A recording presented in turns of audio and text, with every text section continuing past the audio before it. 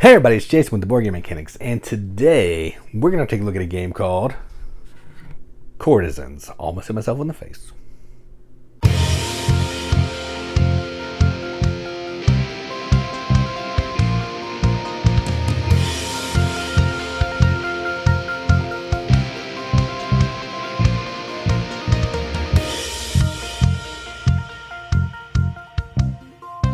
Courtisans is a game published by Pandasaurus, designed by Romeric Golinier and Anthony Perrone. I'm sorry, I'm awful with names. If it's not Jason Smith, I'm bad.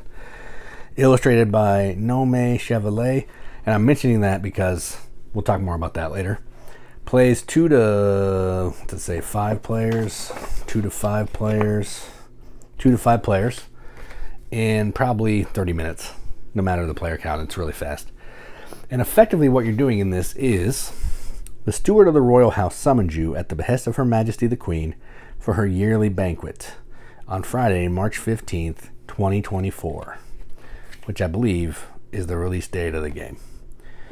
In Courtisans, you play 3 cards on each of your turns when it's played at the Queen's table to sway a family's influence in a positive or negative manner. The 2 other cards are played in your domain and in an opponent's domain to score points. So you're trying to basically sway this royal family to have the favor that you want them to have. So when you play people to your court, you have a favorable court. That's effectively the theme. Effectively, it is I'm going to play a card to the Queen's court, influence either positively or negatively one of these 6 families. I'm going to play a card to an opponent. I'm going to play a card to myself. You got 3 cards. You got to play all 3 of them to those 3 locations. How you want to do that, that's where the game comes in. There's also some hidden goals that everybody has that they're trying to achieve, and there's some hidden cards, which is cool. So if you want to see how all that works, you can click the link in the video description. I'll play through not very much of the game, because once you've seen a few rounds, you know how the game works, and then I'll tell you how it scores and all that stuff. But if you want to see the components, stick around here, and we'll check them out now.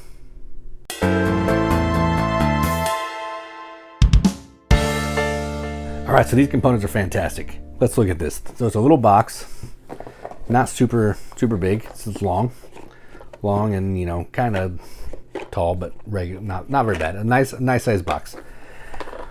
The art. Let's talk about the art first, because I think the art is fantastic. So the art in the box is really nice. I mean, that is a good box cover.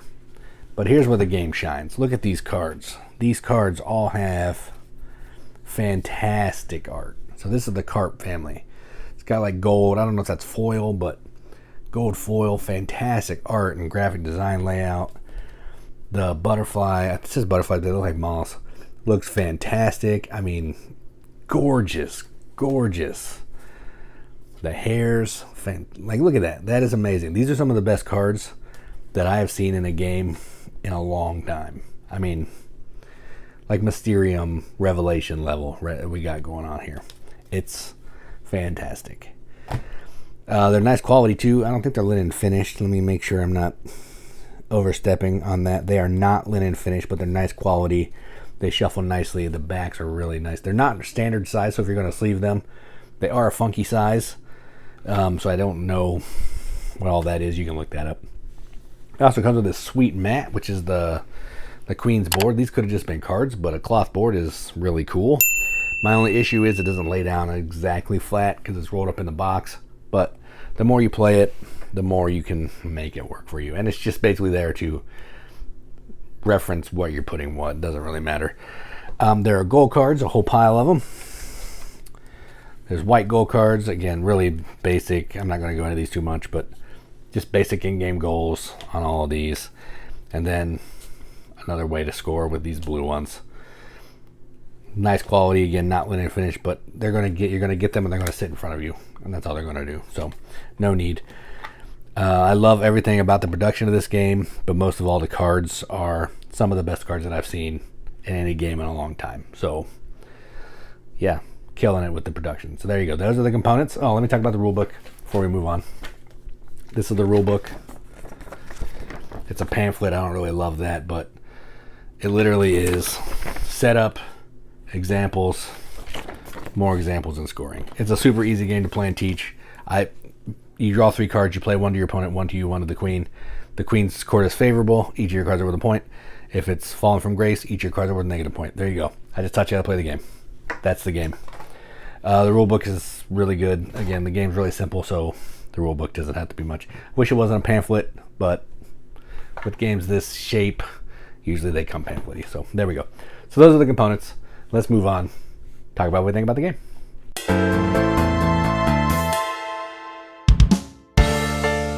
Okay, so I've only played this game at 4. I haven't played it at 5, and I probably wouldn't play it in less than 4, because I think 4 is a sweet spot of being able to spread around cards to other people and manipulate their tableau.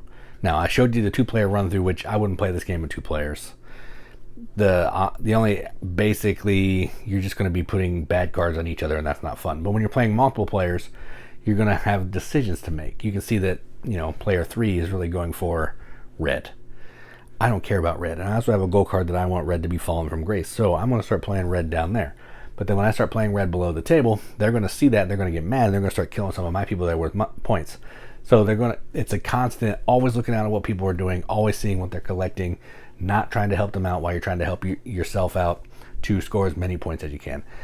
It's not necessarily a take that game. It does have some take that elements with the assassin, but the assassin kills a card, and there's only like 6 of these cards or something, and some of them are removed from each game, so they may not all be in there. It's a little painful, but it's not that big a deal. I mean, the game's 30 minutes, so if you're going to get mad about somebody killing one of your cards, just kill one of their cards later. There you go.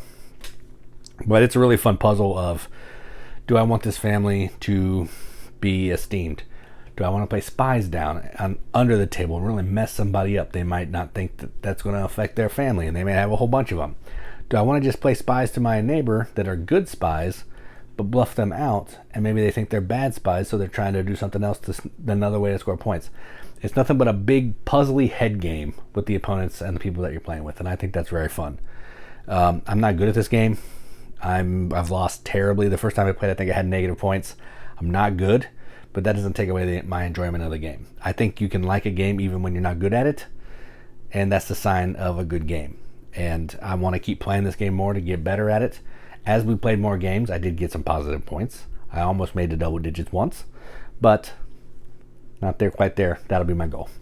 So I'm going to give this a BGM acceptance seal. This is going to get an 8 out of 10, which is a 4 out of 5 wrenches on our arbitrary wrench scale. That means absolutely nothing, but we like to give it the games that we enjoy, and that's what I'm going to do. And Katie also agrees with the love of this game. She would probably rate it higher than me. So there you go. So that is Courtisans from Pandasaurus Games. I'm Jason with the Board Game Mechanics, and as always, keep gaming.